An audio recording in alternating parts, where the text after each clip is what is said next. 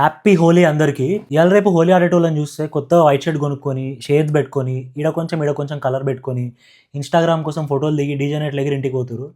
ఇదేం హోలీయో నాకు తెలవదు. 90స్ కిడ్స్ హోలీ అయితే వేరే లెవెల్ అది.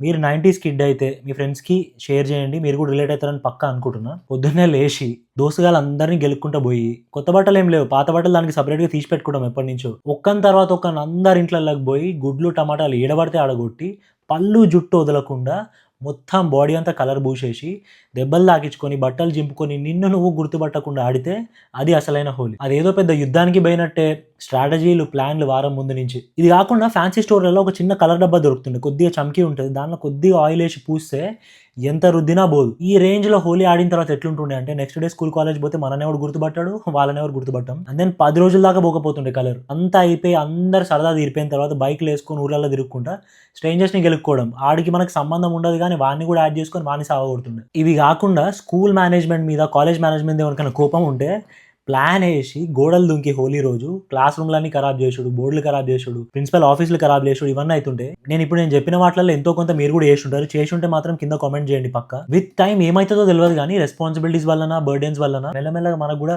ఇంట్రెస్ట్ పోవడం మొదలైపోయింది. అండ్ దెన్ ఇప్పుడు ఎవరు చేసుకోవట్లేదు కూడా 90స్ కిడ్స్. ఎనీవేస్ చిన్నప్పుడు చేసుకున్నట్టు మాత్రం మళ్ళీ ఎప్పుడు చేసుకోలేమనిపిస్తది.